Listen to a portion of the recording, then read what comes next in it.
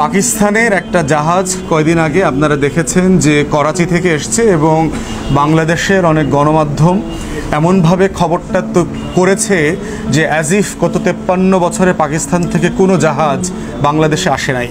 আসলে ব্যাপারটা তা না। পাকিস্তান থেকে রেগুলার বাংলাদেশে জাহাজ আসা যাওয়া করে।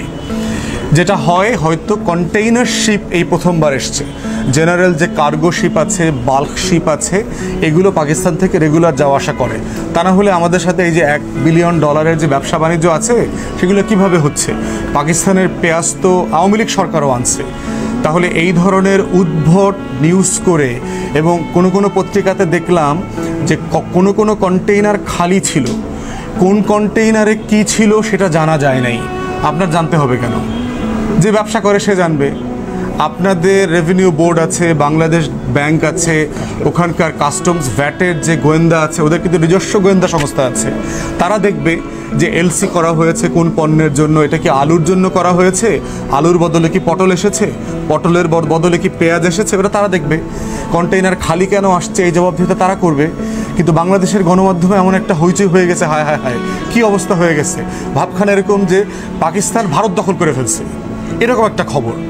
তো বাস্তবতা তো আসলে সেরকম না। পাকিস্তান তো ভারত দখল করে নাই, পাকিস্তান বাংলাদেশও কোনোদিন দখল করতে পারবে না।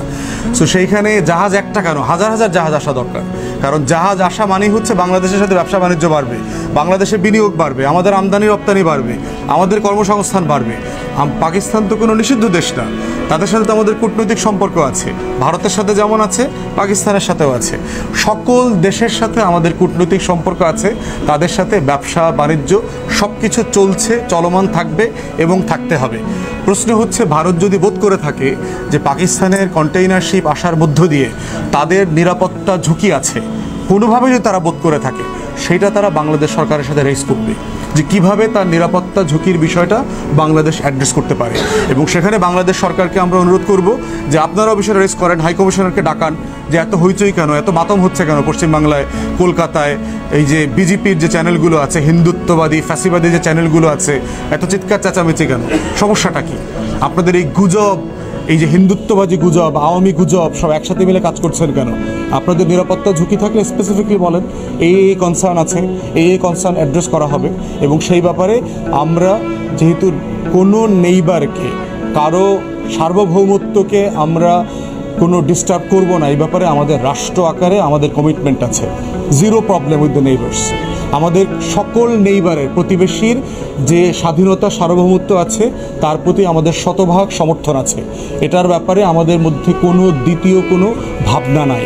তাই ভারতের সার্বভৌমত্ব ক্ষুণ্ণ হয় এমন কোনো কিছু বাংলাদেশ করে নাই, কখনো করবে না, বরং ভারত করছে, প্রতিদিন করছে।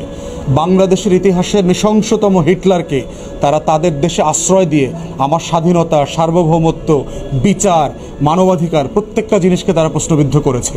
অতএব আমার স্বার্থকে ক্ষুণ্ণ করছে যে এই দেশ, তাদের অধিকার নাই তার স্বার্থ ক্ষুণ্ণ হবার কল্পিত গল্প, নাটক রচনা করবার।